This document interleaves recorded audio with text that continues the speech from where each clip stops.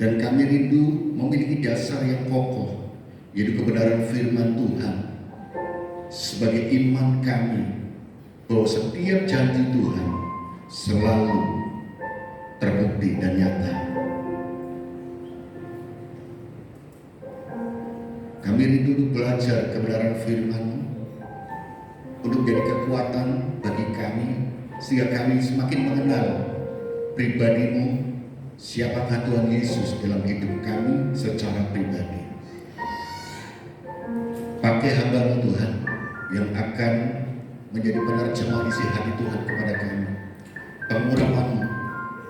Dan Tuhan, biarlah kami boleh dikuatkan, kami boleh ditegur untuk ditunjukkan jalan-jalan kebenaran untuk kami kerjakan dan jalani, sehingga hidup kami boleh berpadangan dan boleh menjadi cermin Injil bagi sesama kami. Terima kasih Tuhan. Kami sambut kebenaran firman-Mu di dalam nama Tuhan Yesus Kristus. Amin.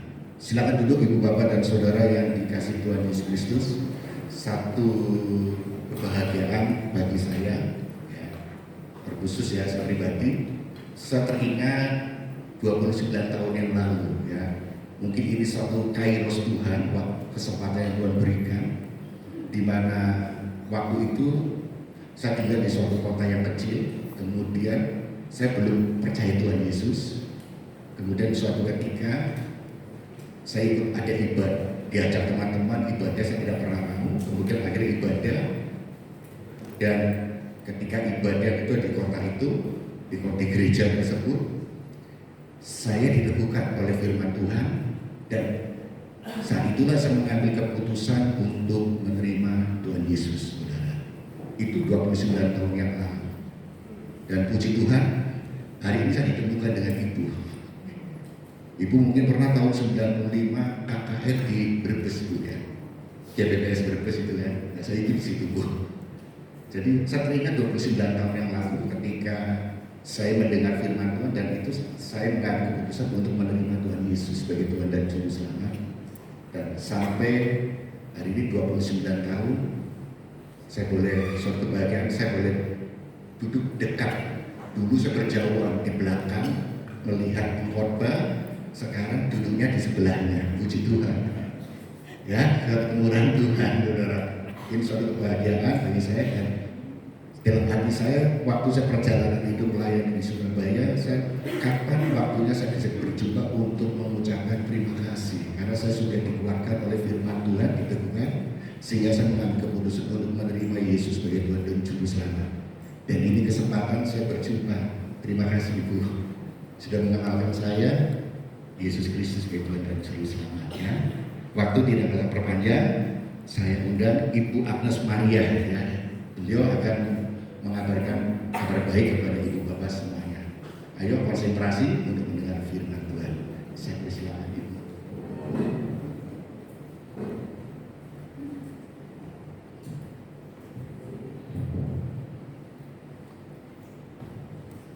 Selamat pagi, Bapak Ibu Saudara semuanya, Shalom. Puji Tuhan.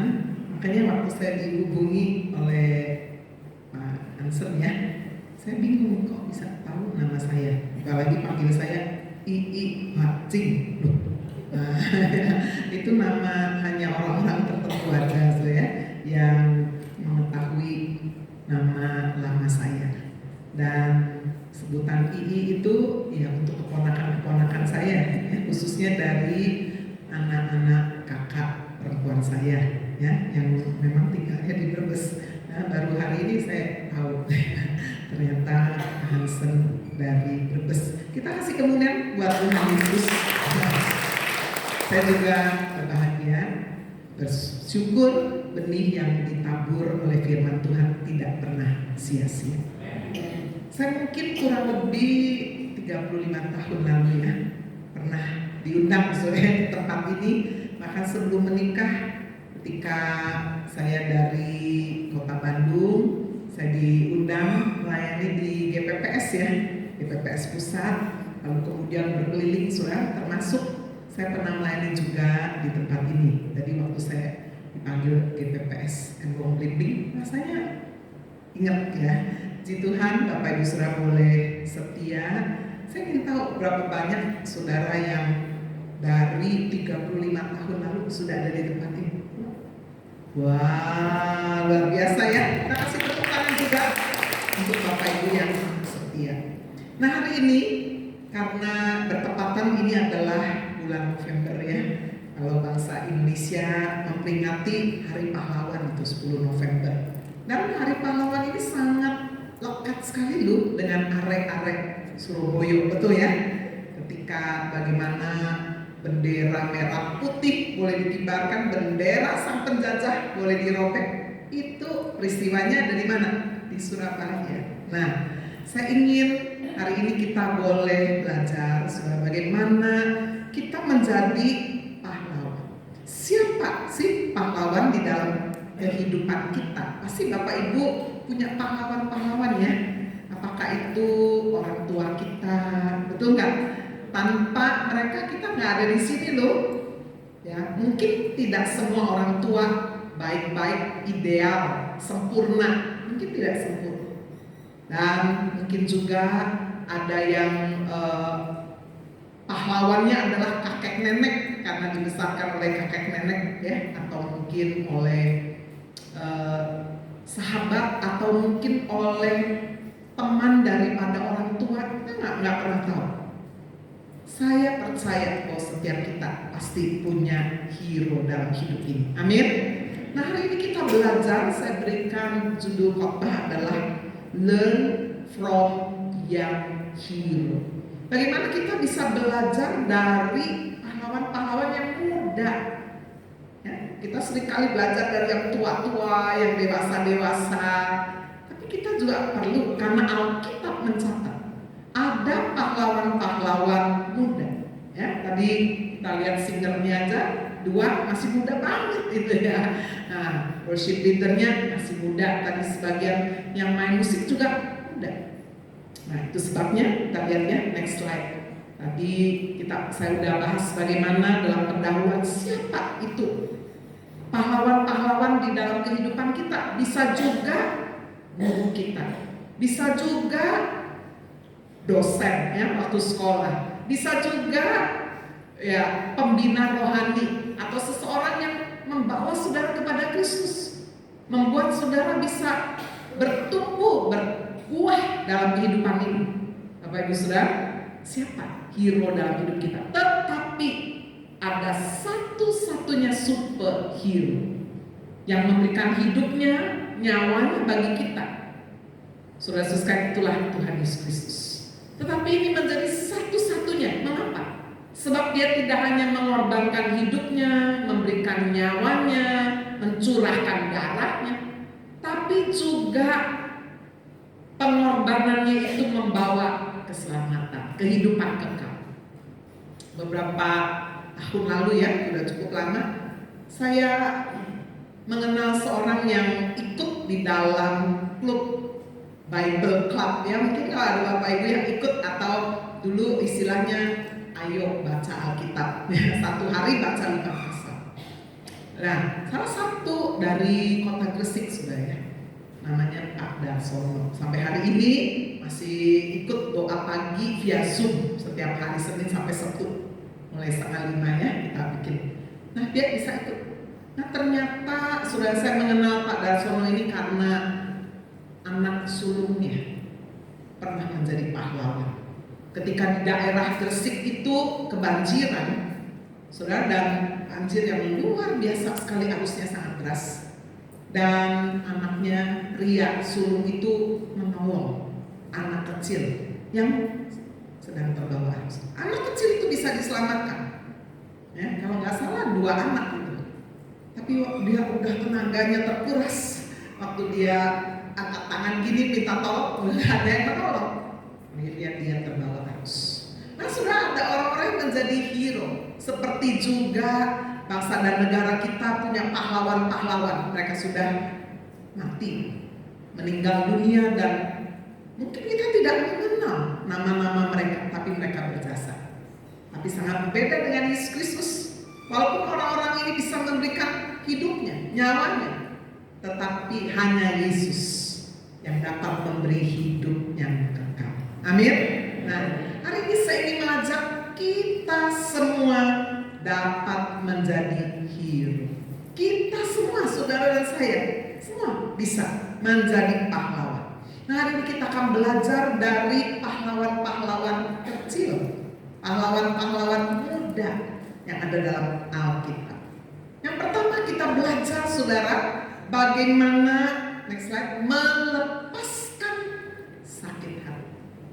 Di sini ada yang nggak pernah sakit hati, coba angkat tangan yang nggak pernah sakit hati. Wah, sakit hati semua, barisan sakit hati ini ya. Oh yang enggak lah Bu, pasti pernah sakit hati. Nah, kita akan belajar sudah dari seorang anak perempuan kecil, anak perempuan Israel, yang bahkan namanya tidak disebut di dalam Alkitab. Coba kita membaca di dalam 2 Raja-Raja pasal 5 ayatnya yang kedua sampai dengan ayatnya yang kelima. Kita baca sama-sama ya, dengan suara yang keras, bisa lihat ya. Coba 1, 2, 3. Orang Aram pernah keluar bergerombolan dan membawa tertawan seorang anak perempuan dari negeri Israel. Ia menjadi pelayan pada istri Naaman. Berkatalah gadis itu kepada nyonyanya, sekiranya tuanku menghadap nabi yang di Samaria itu, maka tentulah nabi itu akan menyembuhkan dia dari penyakitnya. Lalu pergilah Naaman memberitahukan kepada tuannya, katanya, beginilah dikatakan oleh gadis yang dari negeri Israel itu.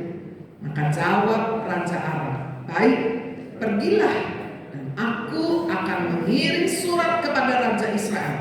Lalu pergilah Naaman dan membawa sebagai persembahan 10 talenta perak dan 6.000 sikal emas dan 10 potong pakaian. Kita percaya firman Tuhan berkata, anak perempuan Israel.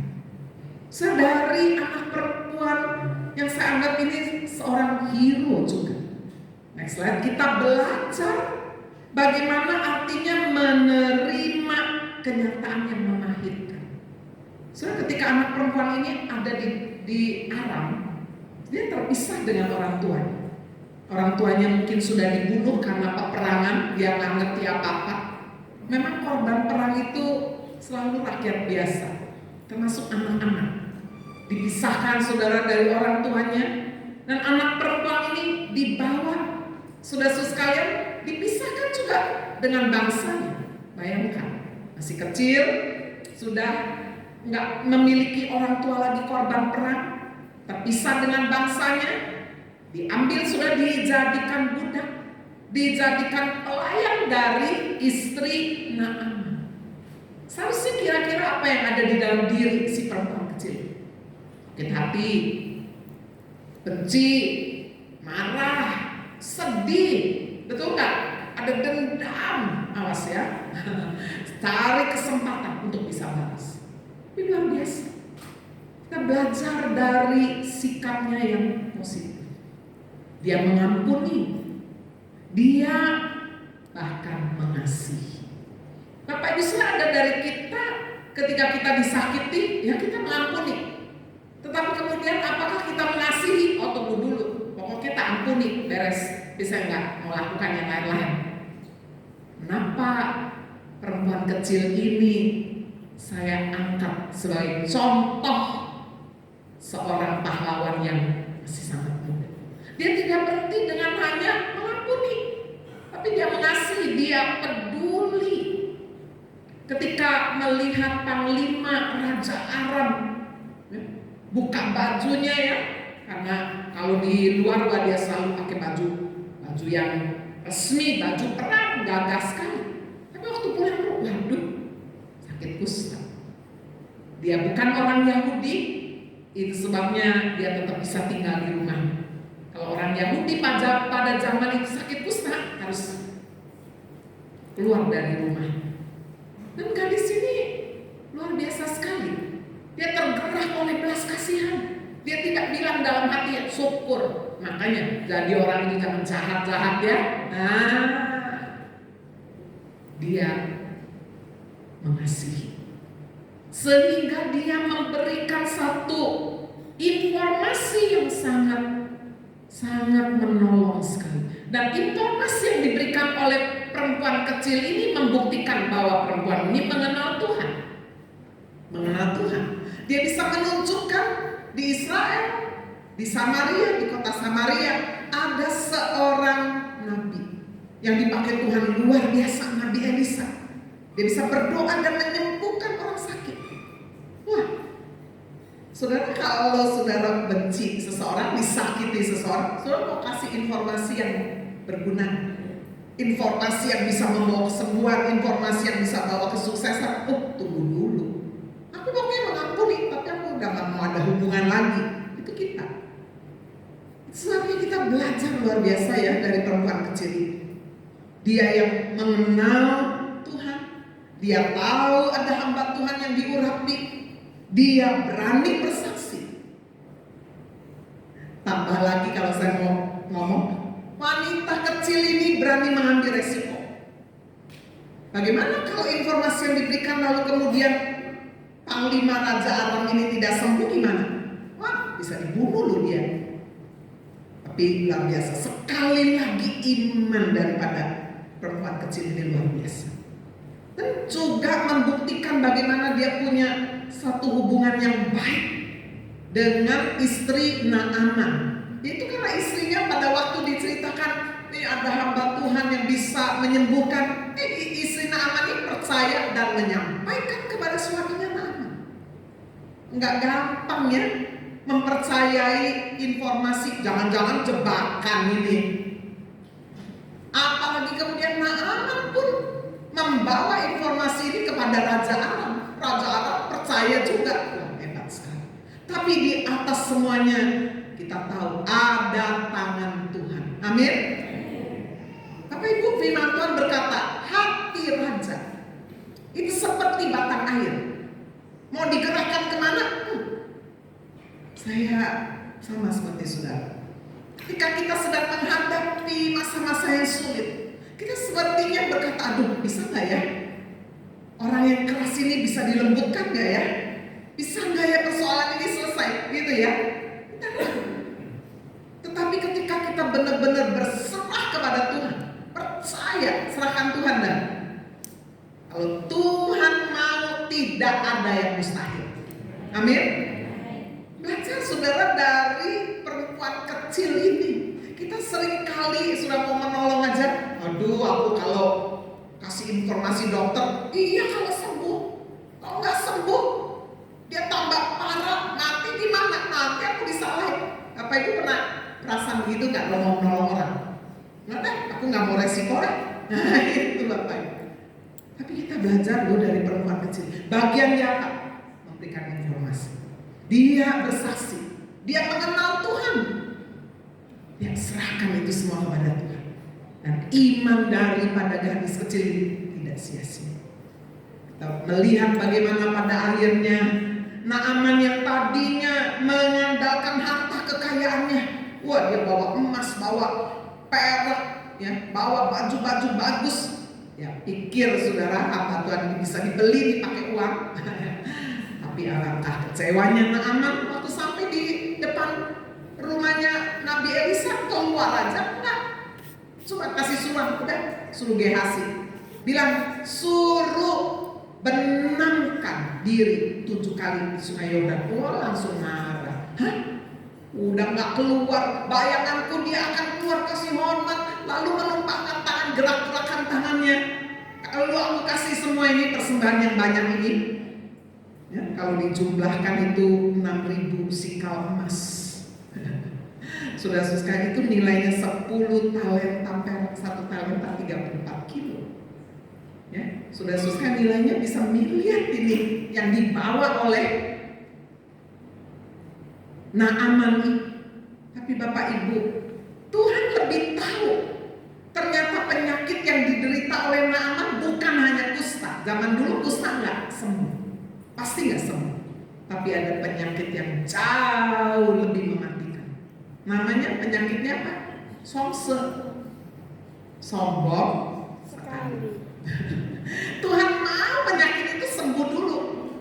Itu sebabnya bukan sungai Yordannya yang hebat. Kita seringkali orang Kristen masih percaya hal-hal yang mistis. Oh, kalau sungai Yordan, aku dibaptis, waduh bener-bener. Aku barunya bener-bener. Enggak sih, mau sungainya di mana aja, airnya apa aja, sama. Yang penting apa? Hati.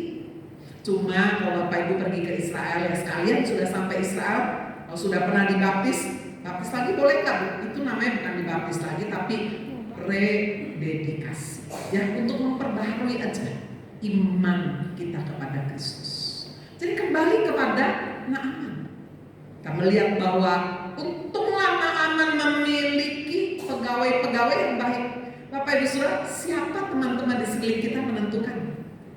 Pada waktu Naaman sudah marah, dia udah mau pulang. Ya, apa ini? Aku disuruh membenamkan diri di sungai Yordan. Kotor. Kenapa gak di sungai Abangnya Parpat yang bersih-bersih itu? Dia marah, pegawainya bilang, Tuhan, bukankah Nabi itu loh kasih perintah yang mudah, nggak pakai bayar apa-apa, ya mudah, udah pergi aja. Untung loh punya pegawai-pegawai yang bijaksana. Nah, saudara bandingkan dengan siapa? Istri daripada Haman, ingat Zeres. Waktu Haman tidak menerima sembah sujud dari Mordekai orang Yahudi, dia penasaran. Dia ngomong sama istrinya, tadi semua orang sembah aku diprestasikan, aku dipromosikan, aku terima jabatan yang tinggi, semuanya mbak. Itu Mordekai enggak. Penasaran, kurang ajar. Zeres dan sahabat-sahabatnya Haman, sehingga Haman menjadi seorang yang lebih jahat. Siapa Bapak Ibu teman-teman? Sangat menentukan. John Hunters pernah berkata, show me who your friends are, and I will show you who you are. Tunjukkan siapa teman-temanmu, aku akan menunjukkan siapa kamu. Aku akan menunjukkan masa depanmu. Untunglah Naaman saudara memiliki pegawai-pegawai yang baik, sehingga dia melakukan dan dia disembuhkan. Dan saudara kalau baca terus bagaimana Naaman benar-benar dia berkata kepada Elisa, sekarang aku percaya, ya, tapi tolong ya, aku kan harus menemani Raja Aram, tapi aku udah hatinya percaya. Bapak Saudara, seorang pahlawan kecil yang tidak ada nama, tetapi membawa kesembuhan, membawa juga pengenalan kepada Allah Israel. Bagaimana dengan Bapak Ibu Saudara?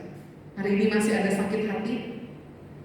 Satu-satunya dosa yang tidak diampuni adalah dosa yang tidak mengampuni. Amin. Saudara boleh ke gereja, tapi sakit hatinya jalan terus. Bu, kalau belum bisa bagaimana? Rasul Paulus berkata, firman iman itu ada di mulut, ada di mulut, ada di hati. Kalau belum bisa, mulut ngomong terus, Roh Kudus, tolong saya mau mengampuni, saya mau mengampuni. Baca firman, saya mau mengampuni. Terus mulut mengatakan, itulah firman iman di mulut dan di hati. Pasti satu kali hatinya ini juga akan dipenuhi dengan roh kasih. Amin. Kita harus mengampuni karena kita sudah lebih dulu diampuni. Kita harus mengampuni karena kalau tidak diampuni, kita tidak akan diampuni. Sekarang mari kita melihat yang kedua. Belajar dari pahlawan kecil. Kita belajar hal yang kedua adalah rela berkorban. Siapa anak kecil yang kedua yang saya akan angkat ini? Mari kita baca di dalam Injil Yohanes 6 ayat 9 sampai dengan ayat 12. Kita baca sama-sama ya Bapak Ibu ya. 2, 3. Di sini ada seorang anak yang mempunyai 5 roti jelai dan 2 ikan. Tetapi apakah artinya itu untuk orang sebanyak ini? Kata Yesus, suruhlah orang-orang itu duduk. Adapun di tempat itu banyak rumput, maka duduklah orang-orang itu, kira-kira 5.000 laki-laki banyak. Lalu Yesus mengambil roti itu, mengucap syukur, dan membagi-bagikannya kepada mereka yang duduk di situ. Demikian juga dibuatnya dengan ikan-ikan itu, sebanyak yang mereka kehendaki. Dan setelah mereka kenyang, Ia berkata kepada murid-muridnya, kumpulkanlah potongan-potongan yang lebih, supaya tidak ada yang apa Ibu? Anak kecil ini seorang hero loh. Coba, ya, apa yang kita bisa pelajari dari anak kecil? Yang pertama, tidak egois. Hari-hari ini persis seperti yang dikatakan di dalam firman Tuhan. Dalamnya, jatuh. Hari-hari ini persis seperti yang dikatakan firman, bahwa manusia mencintai dirinya sendiri, ya, menjadi hamba uang, tidak mempedulikan agama, tidak hormat orang tua. Betul nggak Bapak Ibu? Ngeri banget. Bapak Ibu dengar beberapa hari lalu seorang bapak, ya, seorang kakak membunuh adik kandungnya sendiri dan keponakannya, berarti anak daripada adiknya ini, adik kandung. Gara-gara apa? Rebutan warisan. Dengar nggak ceritanya? Dengar ya, digorok gitu yang perempuan. Aduh, nah, nggak kebetulan saya juga baru tahu bahwa masih ada famili dari salah satu jemaat saya.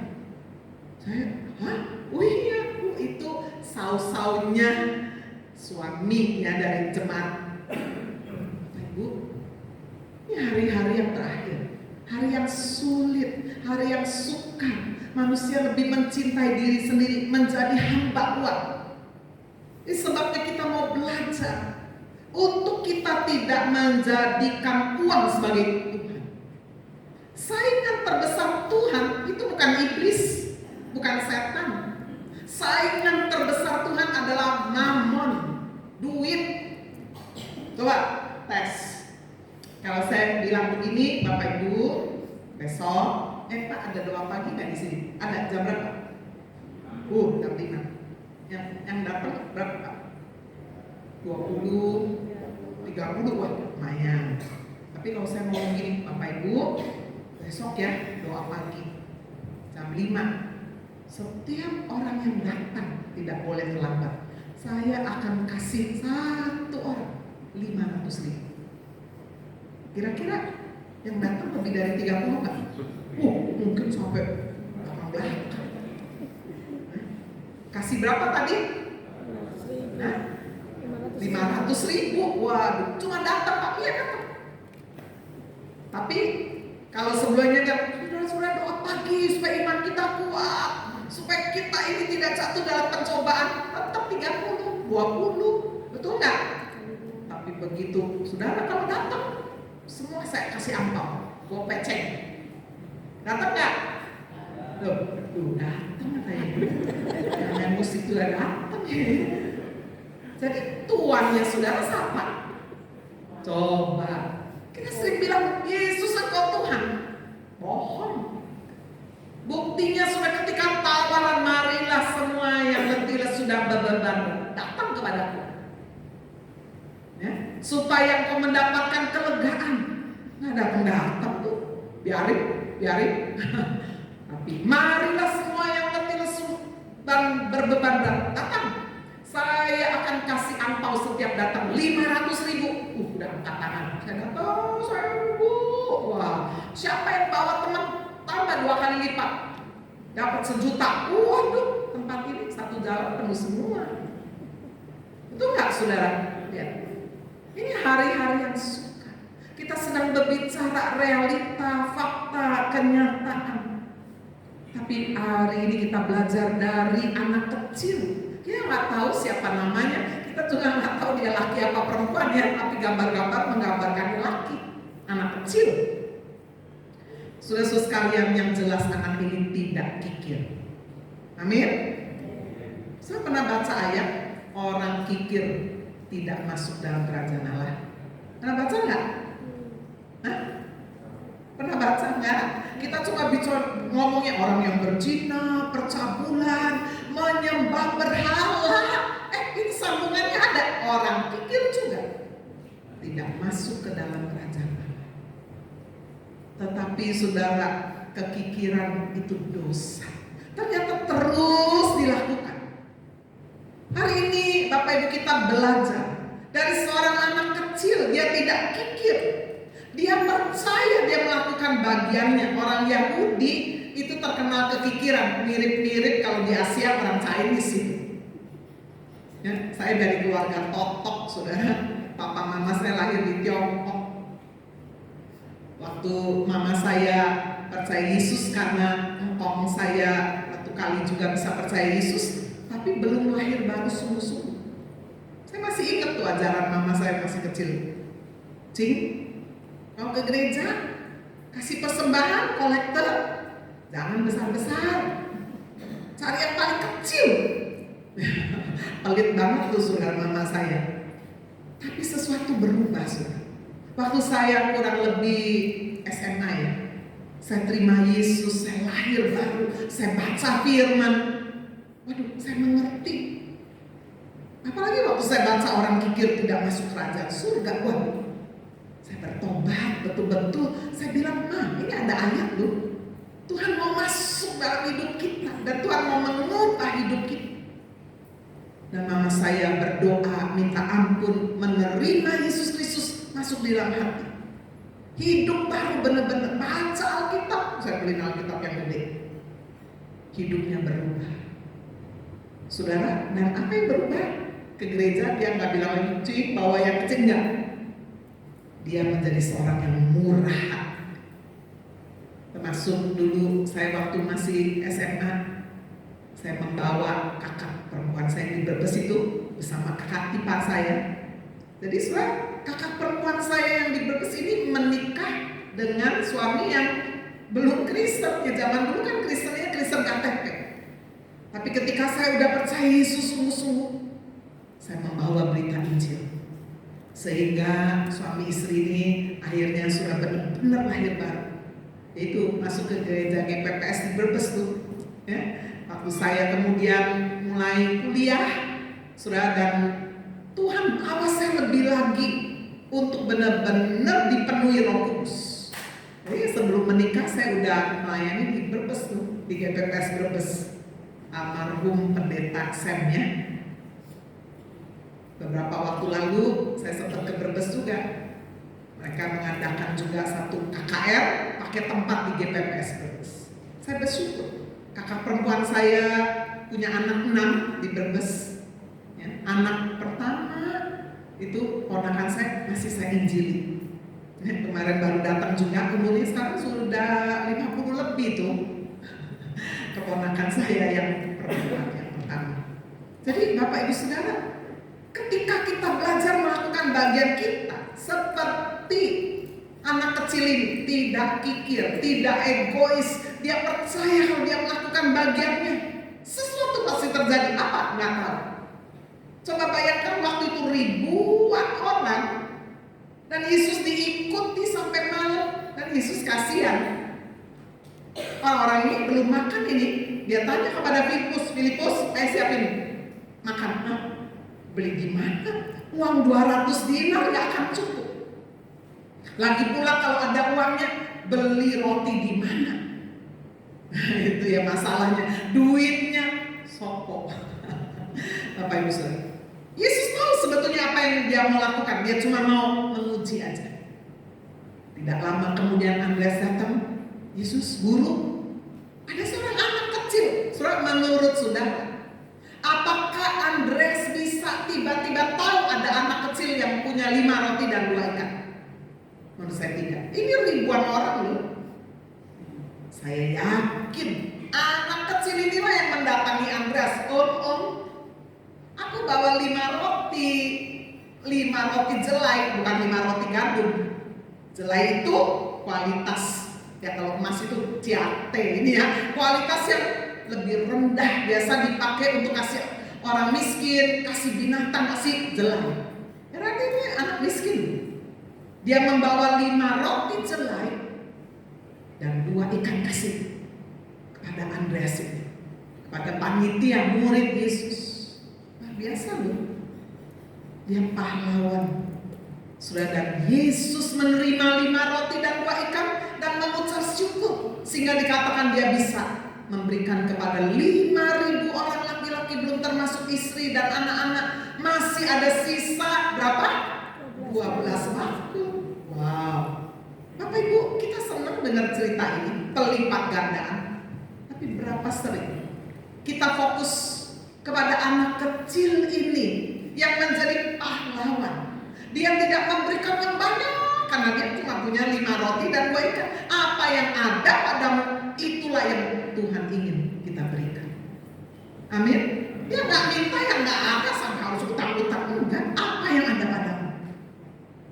Kalau jemaat GPPS di tempat ini rindu, saudara melihat bagaimana Tuhan menyertai memberkati, lakukan. Ada persepuluhan yang harus dikembalikan, kembalikan. Gereja lokal membutuhkan supaya ada pemeliharaan, supaya uang itu bisa dipakai lebih lagi untuk mengembangkan. Selain persepuluhan, sudah ada benih, persembahan, ada orang-orang yang mungkin membutuhkan. Bapak Ibu, saya percaya orang yang murah hati tidak mungkin kekurangan. Amin. Itu janji firman Tuhan. Orang yang selalu memberi katanya nggak pernah kekurangan. Ternyata tapi orang yang nggak pernah memberi ngepres saja. Itulah hukum kerajaan Allah. Firman Tuhan berkata bahwa kita adalah warga kerajaan surga. Kita bukan dari dunia, dari surga. Amin. Surga nggak pernah krisis. Kita bilang, kita lagi krisis nih, lagi susah. Yang lain-lain dikirim. Tapi saudara, kalau untuk pekerjaan Tuhan, kita nggak usah irit. Amin. Untuk kebutuhan kita irit. Keinginan apalagi kencengin. Tapi untuk pekerjaan Tuhan, untuk bagian yang kita harus kembalikan kepada Tuhan, jangan irit. Saya nggak tahu nih kenapa saya ngomong begini, mungkin memang dibutuhkan. Bapak Ibu, kita sering kali menganggap dosa-dosa besar itulah yang menyakiti hati Tuhan. Dosa kikir bahaya sekali. Lakukan bagian kita dengan sungguh-sungguh. Tuhan sanggup melipat gandakan. Tuhan sanggup buka tingkah lain, mencurahkan berkat. Yang ketiga, yang terakhir, kita belajar yang ketiga adalah memiliki iman dan keberanian dari seorang anak muda yang bernama Daud.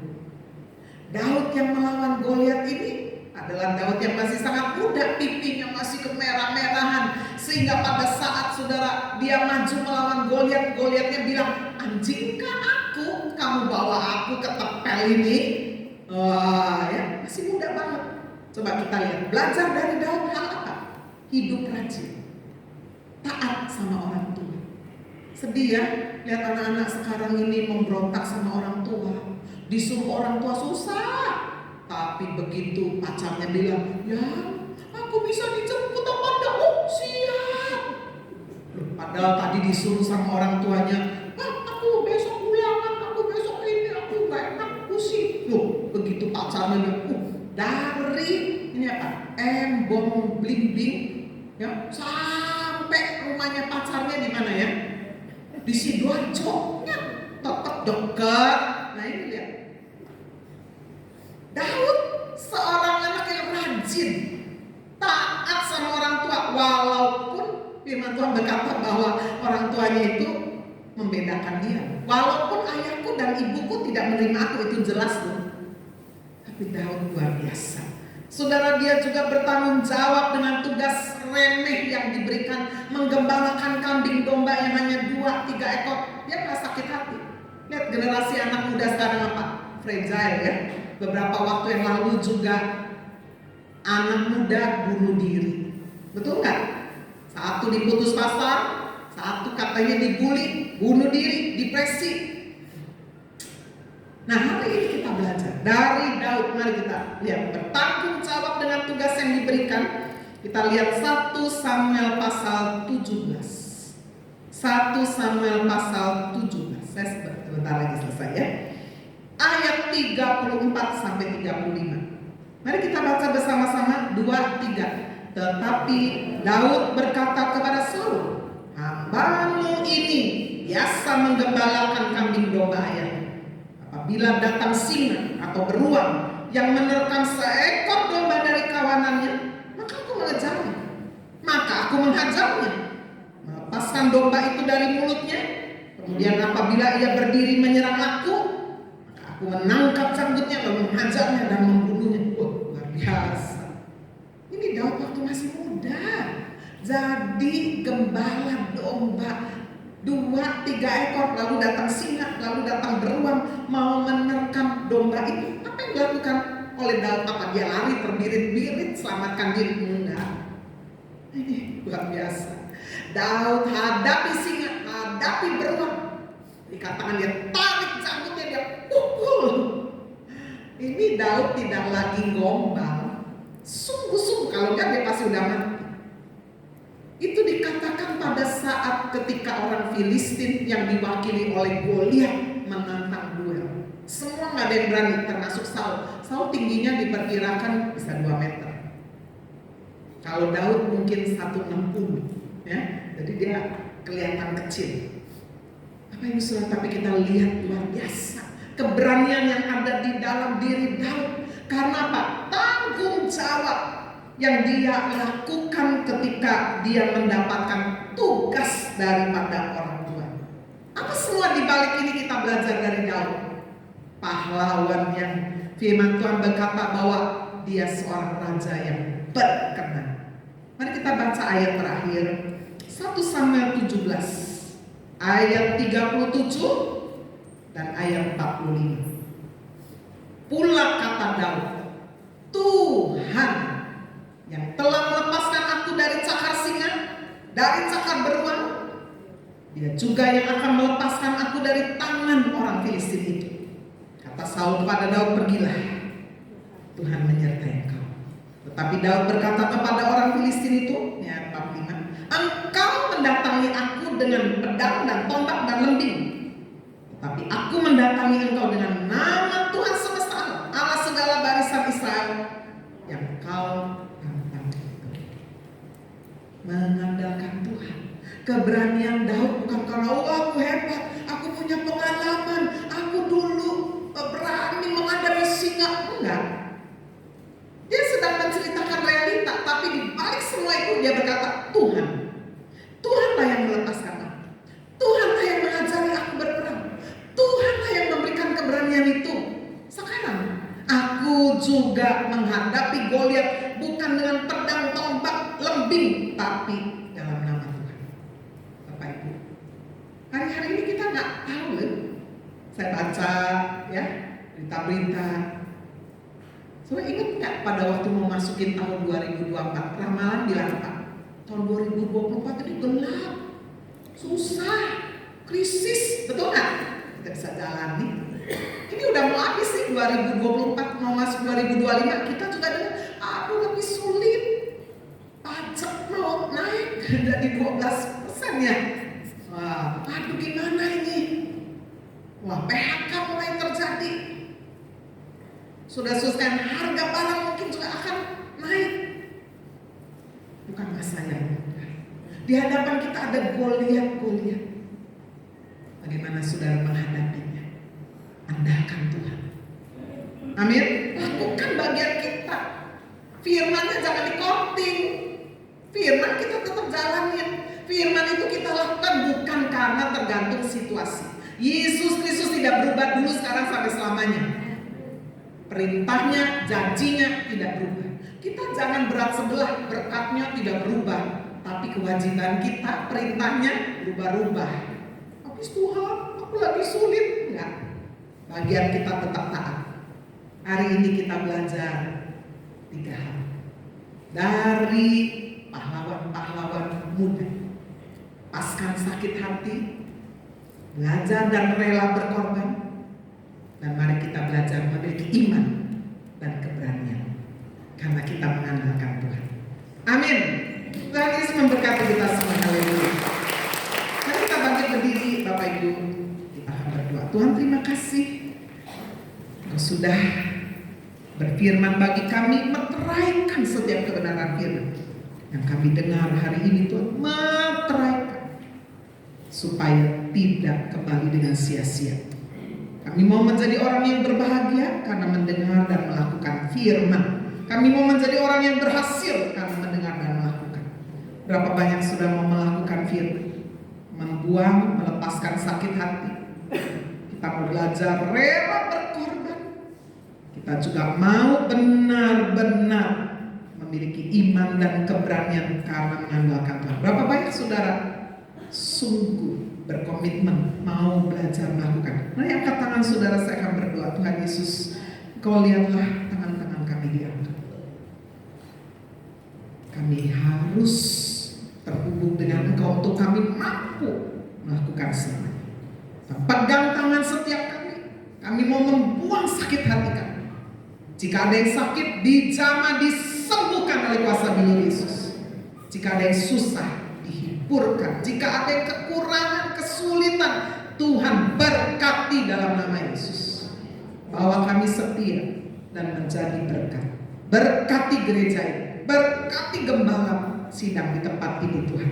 Berkati setiap tim sehingga kami boleh memenangkan jiwa lebih lagi. Dalam nama Tuhan Yesus kita semua percaya berkata amin. Sekali lagi kita beri kemuliaan buat Tuhan Yesus. Silakan duduk Bapak Ibu.